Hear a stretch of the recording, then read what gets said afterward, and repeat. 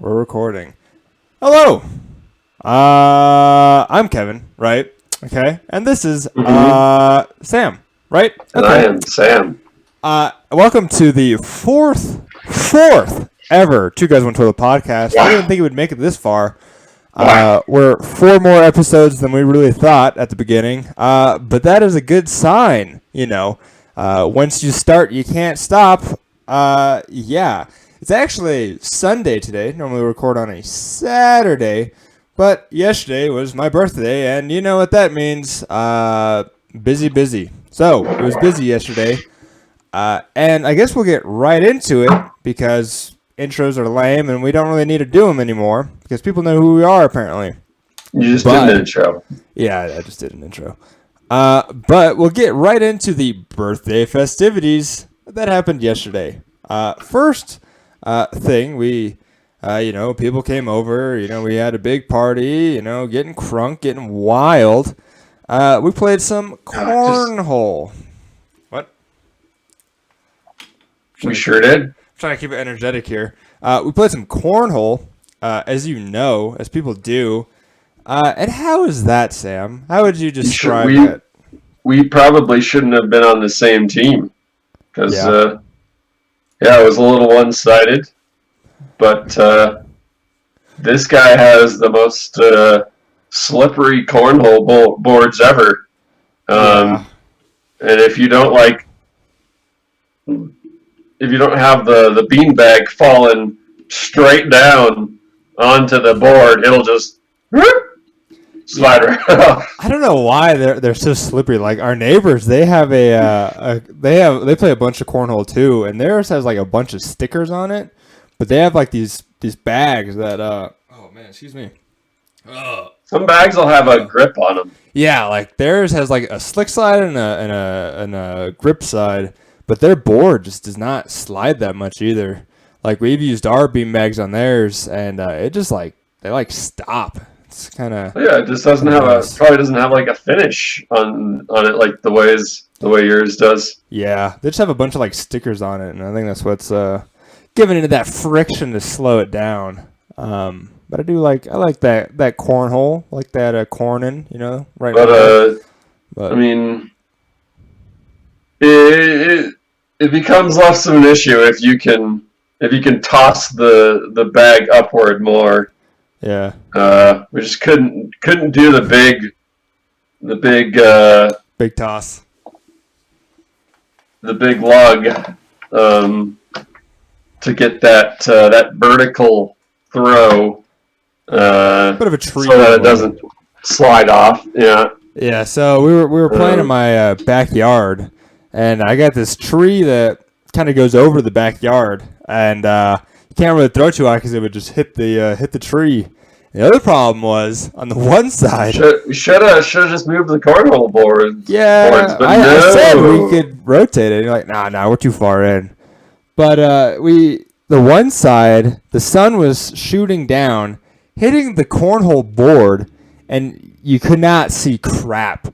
Like that didn't help either. Yeah, you look across. Had we repositioned the cornhole boards to where the sun would be on our side, I think that would have made it easier as well. Yeah, we didn't have room to put it sideways though, which was a problem. Could have just stuck it up on the rock in the back part of the yard. Doesn't have to be in the grass. It's not really flat sideways, but yeah, no, you're looking forward at where the board should be, and it's just a bright glowing circle. You're like, oh, all right, I guess I'll throw in that vicinity. But yeah, no. I had it felt a little bit like I was looking at the sun. Yeah, it was bad. Looking at that board. We took the dub. Best team out there. Best podcast and best cornhole team. If any other podcasts want to play against us, bring it on. That's what we should do. If we ever get guests, we should bring 2 guests in and play them in a game of cornhole, and that'll be our interview. We'll interview them while playing cornhole. There you go. We also played, it's called Viking Chess. I challenge any other podcast co-hosts Yeah. to a game of cornhole. TMG Studios. Loser has to be a guest on the Winners podcast. Oh, that Yeah. that's kind of good there. Yeah, we're calling out the TMG podcast. That's who we're playing. TMG and or the Yard and or the Misfits and or I don't know any other podcasts. I don't know any of these people. Joe Rogan. If Joe Rogan wants to play us in cornhole, we will play you, Joe Rogan. Sure. Yeah. I want to play Joe Rogan and cornhole. But we also played a game called Viking Chess, which is an outdoor game. I'm pulling up a photo at the moment, so people can look at it. Viking chess is hard. Yeah, no, it is. It's a bit tricky. I thought that game was gonna go on for hours. Yeah. But we did actually finish it. Yeah. I put up a photo on screen here. You guys can look at it. Yeah, so I'm just going to point it out on the screen here. You can't see it, Sam, because we're not that good at this stuff. That's okay. I've seen it before. Yeah. And I want to point at the screen, but that is nothing for me. So, there are boundaries, right? There's 4 posts that outline the outsides, okay? There's a king in the middle of the field. Each team starts with 5 blocks, and there are 6 batons. And so each team will take a turn throwing the batons, hitting it says nubs, but they're blocks. I don't know. You can call it what you like. And you got to knock the block over, and then you throw it on the other side, and then they have to knock it over and stuff. And yeah, it's a very, very fun game. My mom's friends, they play it, and that's how we learned about it. And I quite like it. It's very cool. 10 out of 10, I would recommend. It's very, very fun for the whole family. You can play up to 12 people, which is insane. It's kind of hard to enforce the no horizontal throwing rule. Yeah. We're just going to throw some shade here real quick. You know who you are. Someone was maybe being a little shifty about throwing dowels sideways. Yeah, so the way you have to throw it is underhand, and you can only throw it vertically. It has to be vertically, yeah. I mean, you can spin it forward or backward or however, or not even spin it at all and just missile it. But yeah, he was trying to like throw it and just give it like a little flick to rotate it, which you cannot do. Because if it goes horizontal, then it's a lot easier to hit a block. Yeah. But yeah, it's a very fun game. I recommend it. I mean, almost makes me feel like maybe it would be easier just to play with something square to where you can't even throw it sideways. Just like a little split block. I don't know. Yeah. Just to where that rule doesn't matter, but maybe it would be even harder if you didn't have the dowels. I don't know. Yeah. Yeah, I think it's really play the game correctly and don't be crazy. Also, my mic is falling at the moment. Let me fix this. Keep talking, Sam. Yeah, that game lasted lasted at least an hour. Yeah, even more. Yeah, no, it was like 30 minutes to 45. It may have been an hour. I think it was an hour. It felt like a little while. But it was fun the whole time. It's hard. It is very hard, yeah, I will say. But yeah. But I recommend. Yeah. So, I know you've been playing some new games recently. Would you like dabbling? Would you like to talk about some of those games, sir? Yeah, the main one was Metal Hellsinger. Have you heard of it? No, but I will look it up. No. Well, now that you are subscribed to Xbox Game Pass in order to play Sea of Thieves, you can now also play Metal Hellsinger with it. Nice. Because that came on to Game Pass a few days back. To my surprise. Yeah. And it's a real fun game. It's a rhythm. It's basically if Doom was a rhythm game. Oh. Okay. Pretty much. So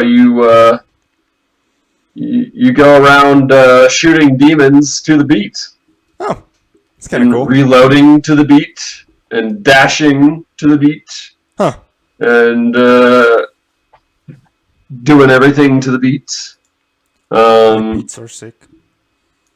And the longer you keep your combos going, if you keep your multiplier high, you'll be hearing all elements of the song. So it's like Guitar Hero and Doom had a child. That's what this is. Sure. Okay. Yeah. If you're up to the max at 16x, you'll be hearing the vocals. The drums come in at 2x. The guitars come in at 4x or something. So is it like QuickTime events are coming down, or how does it? No. Look like you're going around. You're shooting to the beat. So you have to time your shots. It's an FPS. Okay. Yeah. And then you on the reticle, it does have some shapes running into the reticle so that you can get your timing correct. But it's always on beat. It's not going to be irregular. Yeah. You're not having to watch a track of notes come in. Okay. Huh. Yeah, it's pretty sweet. It's got music by a bunch of well-known metal artists, I think. There's Matt Heafy from Trivium. There's okay. I think the vocalist from Korn, whoever that was. Nice. There's the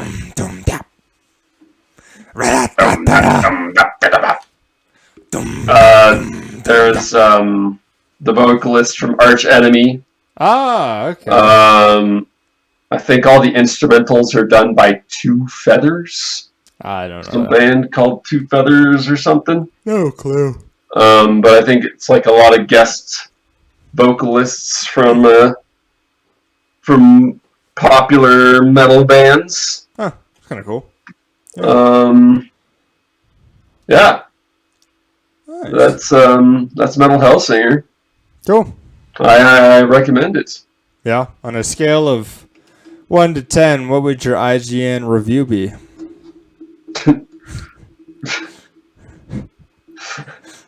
Well, if I was IGN, I mean, the meme is that they always score things highly, right? So, 2 out of 10 IGN. Nice. Okay, so it's a good game. Sweet. Yeah. I also played. There was You Suck at Parking, came out on Game Pass. That sounds so familiar. Wasn't that on Cool Math Games? What? No. Cool Math Games? No. No. Unless this is a remake. This just came out on Game Pass as well. This is. It's just kind of reminiscent of a Flash game, honestly. Oh, I know what this game is. Yeah. Okay. Yeah, I've seen people play this. Yeah, cool. Just a fun little thing. You can't stop until you. It's like a top-down little racing kind of thing, except you're not racing. You're getting to your parking spot. Yeah. And you can't stop, otherwise you'll be parked, and then you'll fail. Okay. Unless you're stopping in the parking spot. Huh. You can't reverse, which makes things a little annoying in the hub world.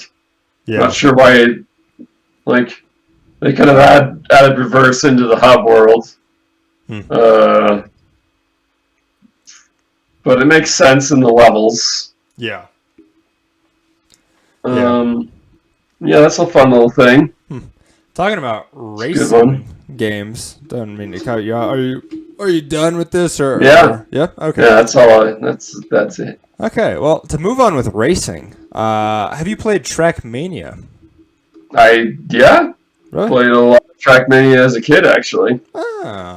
I've never played, but I like watching Virtual. I like watching him play. It's very interesting. I would like to play. Seems right up my alley. I played a lot of. I think it was the first Trackmania. Yeah. As a kid, and like Trackmania Sunset or something. That was like the second one. Used to make a whole bunch of maps when I was, actually like a creative child. Yeah. Before I became an adult and my sense of wonder and imagination died. Yeah, as it does when you get older. Yeah. I was all about that Trackmania as a kid. Yeah. Got my copy from the school book fair, I think. Huh. Yeah. That's an interesting buy. Yeah, it'd be nice if I could get those old tracks that I made. I don't know. I have no idea where those would be, though. I wonder if my parents still have the computer that I played on. That I played it on. I don't know. That'd be nice to get back. I wonder if you could import the tracks from an older game to a Trackmania Nations or whatever. I think it's Trackmania Nations that is. Yeah, I know of Nations. The current Trackmania. I think so. Yeah, I always wish I could bring back my on the Xbox 360 my old Minecraft maps. I always played Minecraft on the Xbox, and I wish I could get those maps back. It'd be nice. But well, I mean, they're probably still on the 360's hard drive, right? But I don't have a 360 anymore. Oh, well, I mean, I do. Okay, well, I don't have. You could borrow mine. Yeah, but I don't know what. You still have the hard drive? Huh? You still have the hard drive? No, why would I have the hard drive? Oh, so where are the maps then? Lost in Xbox heaven? I don't know. Oh. We had a 360. We sold the 360. Got that one. And then they were all gone. Sad day. Damn. Yeah. That is sad. It was very sad.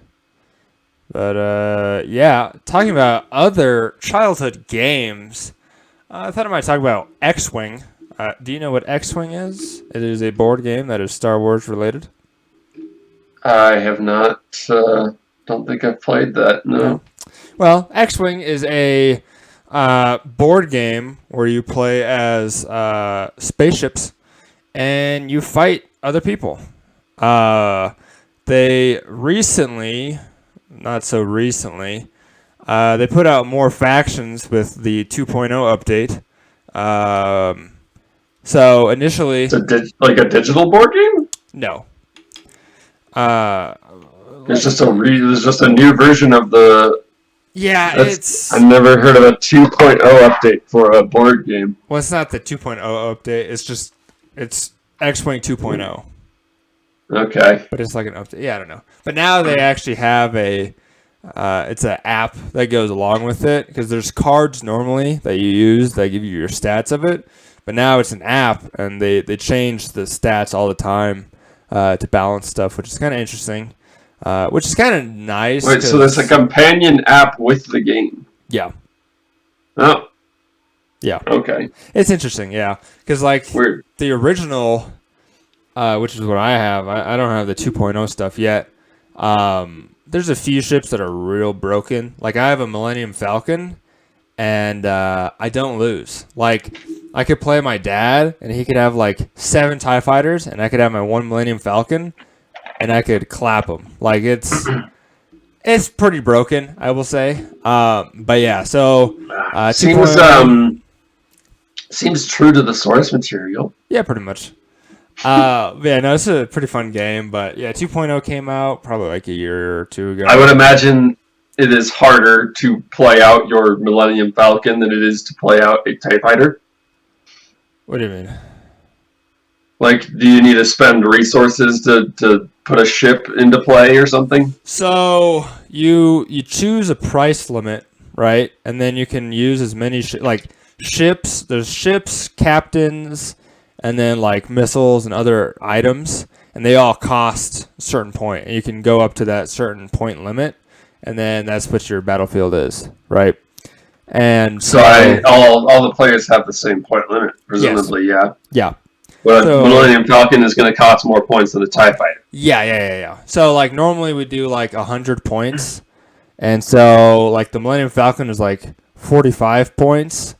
And so I use the Millennium Falcon, and then I'll use like 2 TIE Fighters, or 2 X-Wings. Sorry, and that'll be like my crew, and then I'll get like a. Can you only use like Jedi light side ships if you have one? Yeah, or you can only use Sith ships if you have a Sith ship.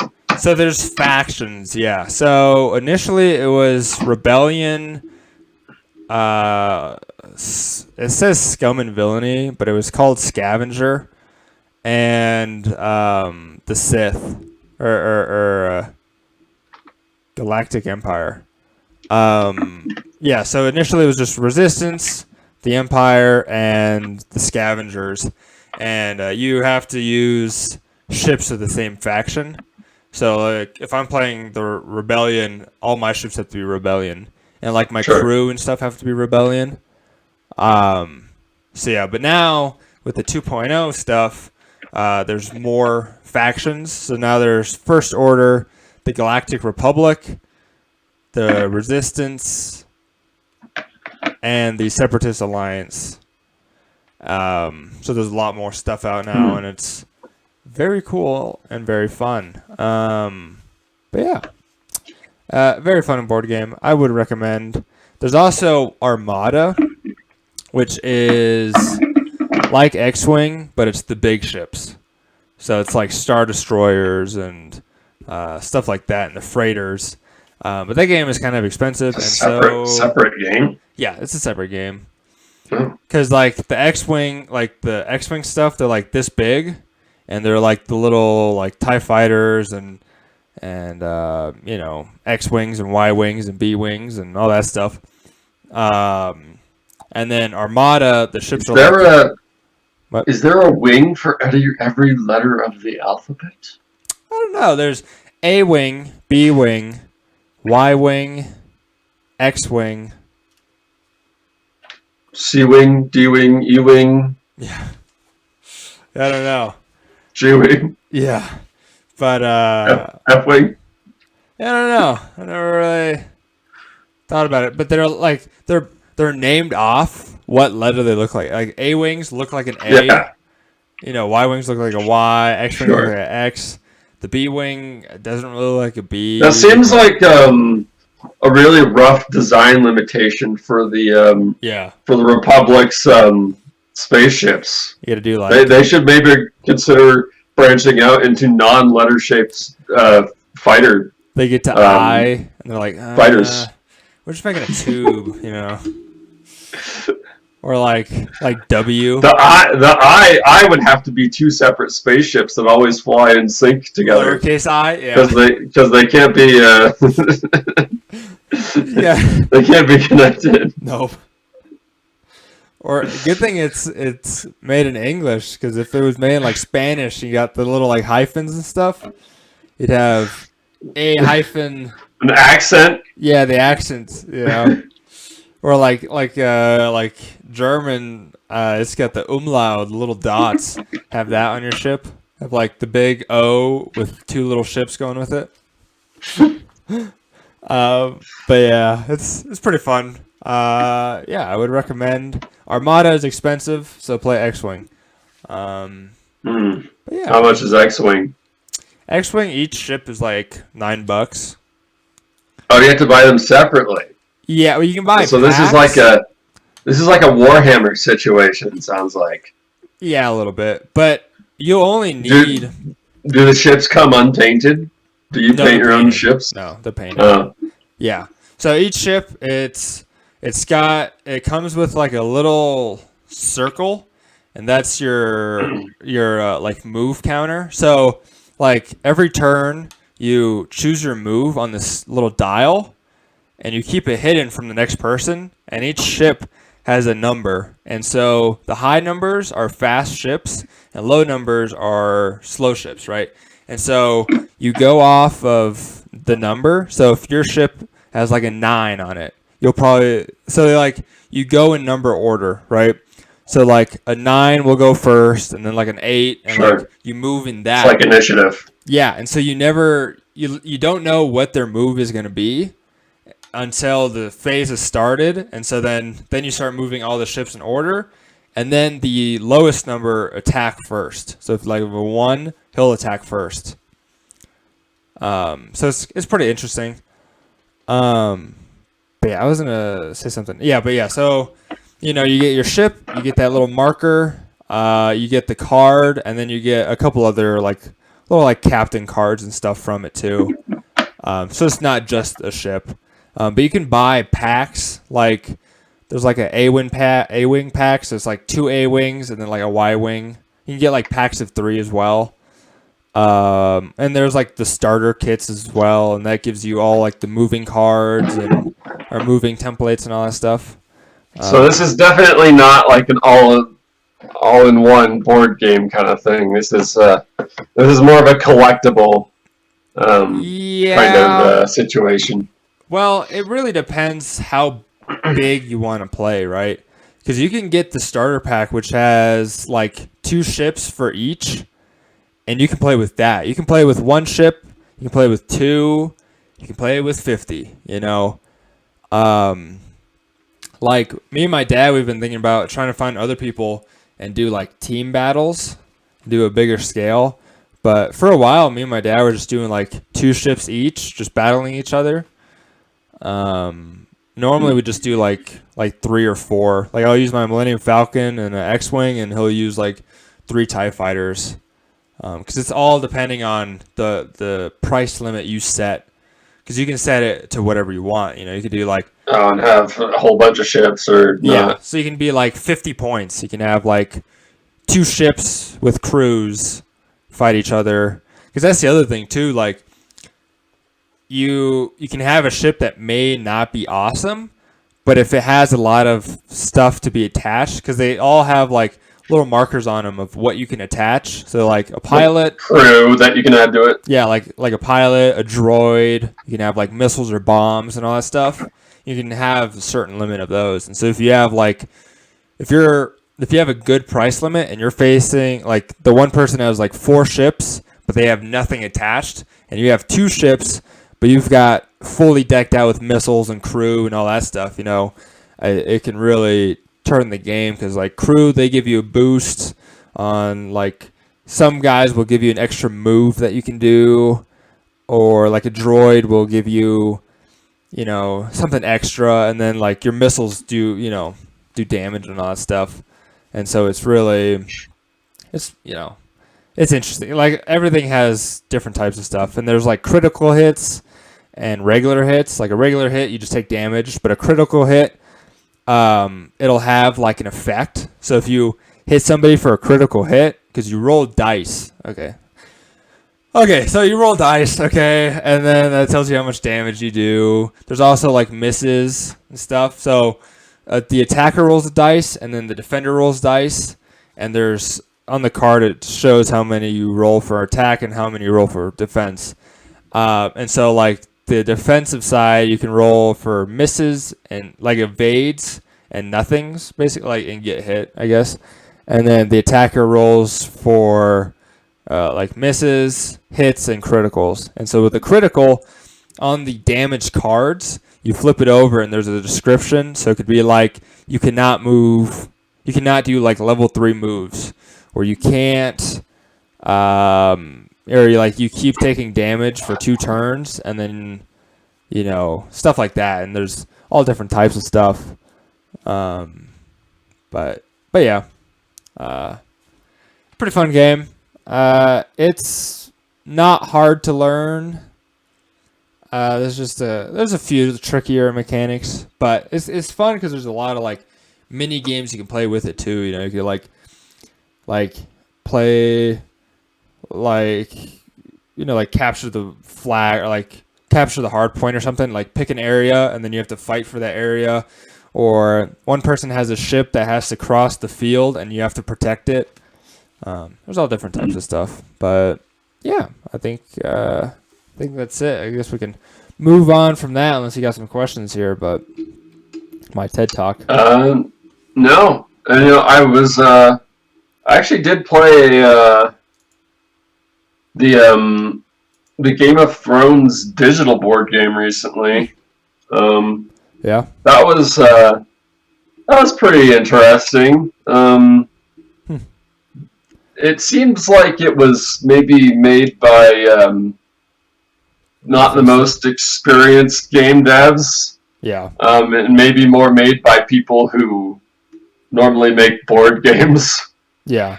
But so getting like an actual online game together was a little tricky. But once you get into the game, it's pretty cool. Everyone plays as a house of Westeros. Have you seen Game of Thrones? I've seen a little bit of it. I've heard about it. I don't know. Okay. Yeah, I do understand the Lannisters and the it was like the most popular TV show ever or something, but whatever. For me. But anyway, everyone plays as one of the houses of Westeros. Yeah. And you play on the actual map of the of Westeros. And then you try to. It's kind of like Risk, I guess, where you're trying to conquer the map. But the main mechanic is that any one of your units, I guess, can do one of 3 different things on each turn. They can either raid, they can march. Actually, no, they can do 5. They can raid, which is that'll like disable any effects that a nearby unit was going to do. They can march, which means they will move to another area, or if that area is occupied, they will attack.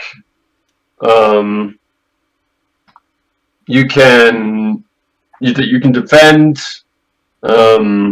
which I think gives you better rolls when you are attacked. You can support, which will help an adjacent unit if they are attacking or defending. And there's one more, I believe. I think you can fortify or concentrate or something, and that just gives you a crown, which is good for other parts of the game. And so everyone picks what each of their units they're going to do, but no one knows what the other players are going to do. So is it kind of like Risk and Total War put into one? Or... I mean, I never played Total War. Oh, okay. That's not turn-based, is it? It is. Is it? Yeah, so I believe in Total War. I've watched a lot of gameplay, but also haven't played it. But it's there's an overall map, and you're trying to conquer the map and stuff, and you can do treaties and all that kind of stuff. But then you actually also build up your army and go in and actually battle. And you also work on your government and stuff. But yeah, I don't know. But yeah. Well, anyway, yeah. The trick about it is that everyone declares what each of their units is going to do at the same time. Okay. So X-Wing. So it's kind of interesting because it's kind of like you're a ruler and you're commanding all your different parts of your army to do things, but you don't know what your opponents are doing at the same time. Yeah. So it's X-Wing then. Okay. Is that a part of X-Wing? Yeah. So everybody makes their move on that little dial, and you put them face down, and then when everybody is set up, then you turn them all over, and then you do those moves. Okay. Yeah. Yeah. That's kind of the way Game of Thrones is too. Yeah. So. Okay. All of the moves get declared at once, but then you have to play out each of those moves. Yeah. So the rating will go first because the rating will negate other effects. Yeah. So if I was planning on marching on someone, but then their unit raided my unit that was going to march, then I'm not. My unit isn't doing anything anymore. Okay. Interesting. Yeah, that's the main mechanic of the game, I think. Yeah. It was it's pretty fun. Now it's only the first time I've played it. So I'm still not I don't have a full understanding of it, I don't think, but it's pretty cool. Nice. Hope to play it again in the future. Yeah. So, are you a sports person, senor?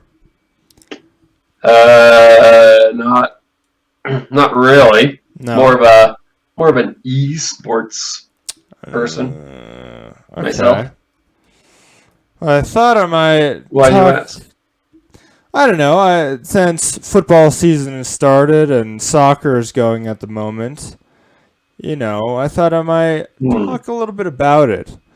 As of week 2 in football, holy crap! Week 2 in football, it looks the like NFL. I'm assuming. Huh? The NFL. I'm assuming. Yes, the NFL, because there is no other football. Of course not. That's what they'd like you to believe, yeah. Yeah. So it looks like for week 2 of the NFL football, the Chiefs have won. They played on Thursday. Well,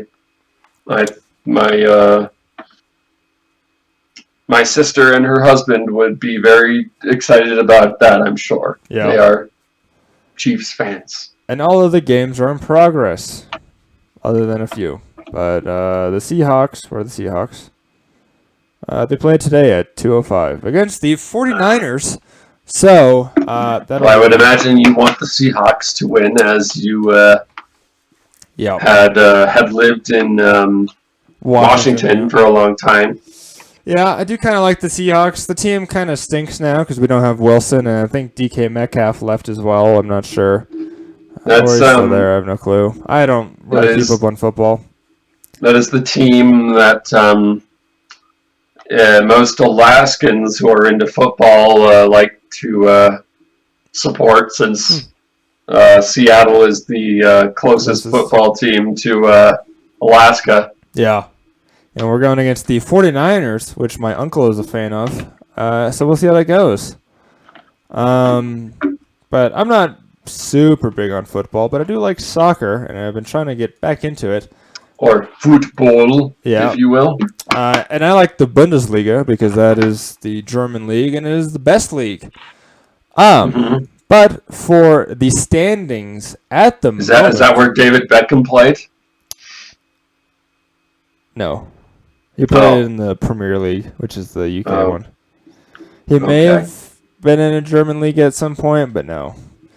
He is not. But the standings, as of right now, which actually make me very happy, except for the first team. So it looks like for this season, the top team right now is Union Berlin, which we don't care about, but we do care about. Why not? I don't know. I don't care about them. Their logo is pretty garbage. But what I do care about is second place. You need a good logo. Yeah, it's all about important. The logo. But second place is Dortmund. That's why I hate Team Liquid. Team Liquid? Yeah, because their logo is a fucking horse. What? Get a better logo, Team Liquid. I gotta look this up. Why is Team Liquid a horse? I don't know. Like a cup? There was something. There's some story about it, but it's a horse. Anyways, what were you saying? Sorry. Yeah. Okay. Dortmund, which is my favorite team, is in second at the moment, which is amazing because I don't even know who plays on that team anymore because they lost all their good players a while back. And in fourth is Hoffenheim. Where's Dortmund from? Dortmund is from Dortmund. Is that a German town? Yeah. It's more north. It's a little like industrial town. Well, it's not that little. These are all German teams? Yeah, this is the German league. Oh, okay. Yeah. And then Hoffenheim, which is where I grew up and where my family is from. That is our team. And we're in fourth in the league right now, above Bayern. Get wrecked, Bayern. You suck. Let's see where is RB Leipzig. Fuck you, Byron.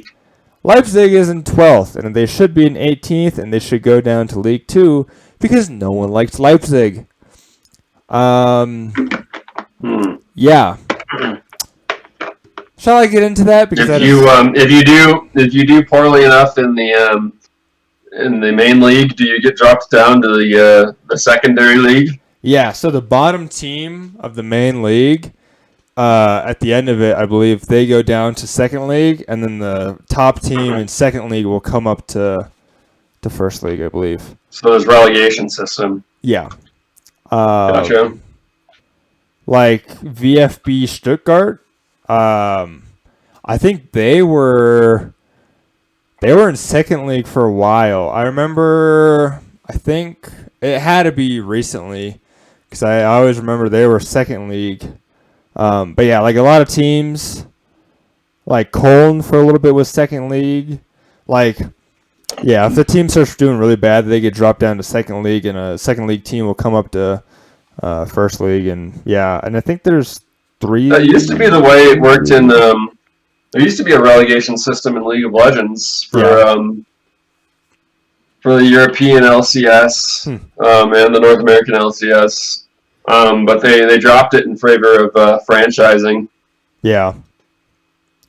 But yeah, Leipzig should not be a team. There's a lot of controversy around them because it's Red Bull soccer, and in the Bundesliga you can't have a company have a team. Oh, really? Yeah, it has to be like a town or a place. It cannot be a company. They can still be sponsored, right? Yeah, but yeah, they yeah. can't. You can be sponsored, but you can't be. But your team has to be from a place. Yeah, because so RB Leipzig, they're set up in Leipzig, but it's the Red Bull soccer team. You can't have that. And so there was this huge controversy of if they should be kicked out or not even be allowed to play because they are Red Bull. And yeah, so no one likes Leipzig. Leipzig sucks. Nobody really likes them. I'm gonna fix my camera here. Just because they're the Red Bull team? Yeah, because they have funding from a big company instead of just the funding of the town. What do you mean? Do all teams get sponsorships? Well, teams get sponsorships, but if you so here's a big thing, like Bayern. But they're not based out of the company itself generally. Yeah, so Bayern, since Bayern is a big city and it's a really rich city, they always have the best team because they have a lot of money. But if you look they can draft more expensive players. Yeah. And so they are usually up in the top of the leaderboard, but then you have a team like Leverkusen, right? They're a smaller town, and so they have less funding. And so you get that's always the big thing is Bayern is such a big city, and Berlin, they're big cities and they have all this funding going into the league or going into their soccer team that they can buy all these really good players. But the smaller teams... Are the teams government funded? Well, the towns will fund them. Oh, yeah, so it is essentially government funded then. If the town itself is paying for it. Yeah, I mean, I'm not 100% sure how it works, but I do believe the town will, That's strange. pay a little bit into it. But it's also because a town will want their soccer team to win because it's it's oh, my town has a better soccer team, get wrecked, It's I guess that's really contingent on whether the populace care about their soccer team. And with bigger cities, you get wealthier people and you get more people. Like Bayern, it's a big city, so it has a lot of fans and they can sell a lot of merchandise, and so they get more money that way too. They have one of the biggest stadiums in Europe, the Allianz Arena. It's a huge stadium. But yeah, so small towns will have very little funding because they're a small town, and they'll have not such a good team. If you look in League 2 and stuff, it's just a bunch of small towns. But yeah, like Hoffenheim, we're not a big town and we don't have crazy funding or anything. But players who grew up there, a lot of players who grew up in the towns will play for their respective teams and stuff. But yeah, because even Dortmund, until they get a better offer from a bigger town, right? Yeah, it depends. I mean, it depends who you look at too. It depends on the person. Some people will leave their team to go for a different team with more money, but a lot of players will stay at their team. Like a lot of Hoffenheim players, they start there and they finish there. They don't leave, even if they get offers and stuff. People grow up and I want to play for this team. That's all I want to do. I like this team. Grew up watching this team, just for them. So it's interesting, but yeah, I don't know. It's like football, depending on what city they're in, I don't know, but yeah, I don't know. NFL players will jump all over the place, from what I've heard. I just meant like the fan wise, you know, like a lot of fans will choose one team and stick with it. Sure, yeah. For a long time. That's like in Germany, but yeah, I don't know. Yeah. But also just want to say there was a match yesterday of we switched sports now. Handball, which is another very big German sport. My team, RN Leuven, went against Stuttgart. Get wrecked. 43-30. Big L's. Get wrecked. Yeah, but we can move on from that. Yeah. I just had to bring that up. Well yeah, done. We got which team? Leuven. Good job, Logan. Yeah. But I think we'll talk maybe about one more topic here, and I think we're good to wrap up. You got anything? Or we can talk about Call of Duty. What about Call of Duty? Do you like Call of Duty?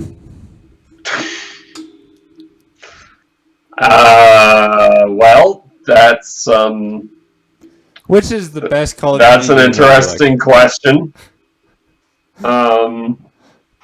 Call of Duty is it's a lot of games. Which one is the best Call of Duty that you've played? I mean, I've mentioned it to you before. I probably have the fondest memories of World at War. Mm-hmm. Mainly due to the zombies mode, and I think it was the first one with the zombies. Played a fair amount of that at my neighbor's house as a kid. Doing that, just desperately trying to get the ray gun. Yeah. But I never was a huge COD person. I don't know that I've ever actually bought a Call of Duty game. Yeah, I played Warzone most recently, and by most recently I mean at least a year ago. Yeah. But I mean, Warzone's pretty fun. I'd say it's my second favorite battle royale to Apex Legends. I like the Gulag. The Gulag's kind of a fun mechanic. Yeah. You die, you get thrown in the Gulag, you get killed in Gulag, or you come back. Yeah. I like that. I like the when you pick up a decked out gun. That's that's fun. I think there's like the money mode where you can respawn. It's not a battle royale. That's pretty cool. You go around grabbing money, I think. Interesting. You played that? I played Warzone like once. I didn't really care for it. I wasn't big on the battle royale stuff, but I like Black Ops 1 to Black Ops 3. Those three games, awesome. Advanced Warfare, pretty good. I like the exosuits. I thought that was cool. Infinite Warfare, garbage. World War II wasn't bad. But I haven't played Cold War or Vanguard. I heard Vanguard sucks. Modern Warfare pretty heat. Battlefield pretty heat. Different thing. But Vanguard's back to World War II. Yeah, I don't know. I heard bad things. As if we don't have enough World War II video games already. I think the next Call of Duty should be in like colonial times. Do it like Revolutionary War or do like Napoleonic War. I think that would be pretty heat. I think after this year's release, they're going to stop doing them yearly. Interesting. So maybe, hopefully, that'll make for some more interesting games. Yeah, it's always like, I think it's Activision. No. Activision owns COD, yeah. Well, because there's 3 companies that make it. Because each year they rotate. Yeah, well, Activision is always the publisher. Yeah, you've got Infinity. I think Infinity Ward is one of them. Yeah. I think Treyarch, Infinity Ward, the other, and I feel like Bethesda. I keep always thinking Bethesda, but I don't think it's Bethesda. But I don't care to look it up. But anyway, Bethesda does not make COD. No. Yeah, I have no clue. But yeah. Call of Duty is pretty heat. I think they could do stuff to be better. But I think the head of PlayStation was all up in a huff because Microsoft was saying if it successfully acquired Activision Blizzard, they would eventually be making COD exclusive to Xbox and PC. Yeah, it'd be like Halo. And the head of PlayStation was not very happy about that. I don't like PlayStation. Honestly, the only reason despite them also buying studios and making those studios games exclusive to their platform. Yeah. Which is different because they bought the studio before any of those franchises usually come out. And COD is a long-running, very profitable franchise that Microsoft is trying to acquire, pull out from under Sony.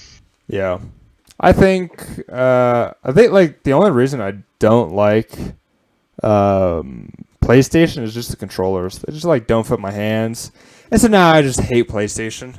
The PS5 controller is quite a bit different from your old PS4 controller, though. Yeah, I played like the PlayStation 2. That was like the only one I played, and then I was like, yeah, I don't want to play this. I think the shape, the design and the shape was all kind of small up until the PS5. I think that's been probably the most drastic design change in terms of shape, at least. Yeah, I remember like even as a kid, the PS2, like the controller was like too small for my hand. It was like crazy. And then now I like could not hold it. I hear a lot of people with smaller hands prefer PlayStation controllers.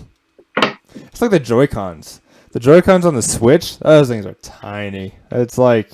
Well, sure. They have to be in order to fit on the Switch. Yeah. You know, it's not designed to be the most ergonomic thing ever. It's just designed to be portable. Yeah. Right? If I wasn't 6'8", 250, my hands weren't so big, you know, I could hold on to those, but you know. You can get special like grips for your Switch. Really? Or you can get like different controllers to put on the Switch too. And but those are only really good stuff like that for like when they're on it, because it's like it's like a little grip, but when it's off, they're not. I don't think they're gonna be that good. Well, then you just use a Pro controller. Yeah, I just mean like a single hand, which means you have to spend $60, but but then you can't play like the Switch Sports, because you just need one controller for that. I mean, these have accelerometers and gyroscopes in them. You gonna play volleyball with that? I don't know, maybe. Okay. I don't know. Yeah, but probably not. Yeah. But I think if we don't have anything else, I think we should wrap it up here. I think today was probably it for this week. An eventful podcast. I had a birthday. We talked about some games, and we sure did. Made love with people. So I guess we'll end it there. Why not? Thanks for watching the fourth Two Guys One Toilet podcast. Hopefully soon we'll have some sort of intro. I've been working on something special for us. Kevin's working on the production value. Yep. So, stay tuned for that. Also, our logo is different. You may have noticed. It's now a little more happy. It's got color. Yeah, I was actually going to make a whole new logo, but then I felt lazy, and so I just traced over the old one, gave it some color, made it look nice, and bam, there we go. There you go. Yeah, but there you go. Yeah, there you go. So, thank you guys for watching the fourth episode of Two Guys One Toilet podcast, and we will catch you guys next week, hopefully on a Saturday, and not on a Sunday, because Sunday is for Jesus. And yeah, have a good day. Yeah, sorry about that, Jesus. Have a good day or have a good night. Amen. Goodbye.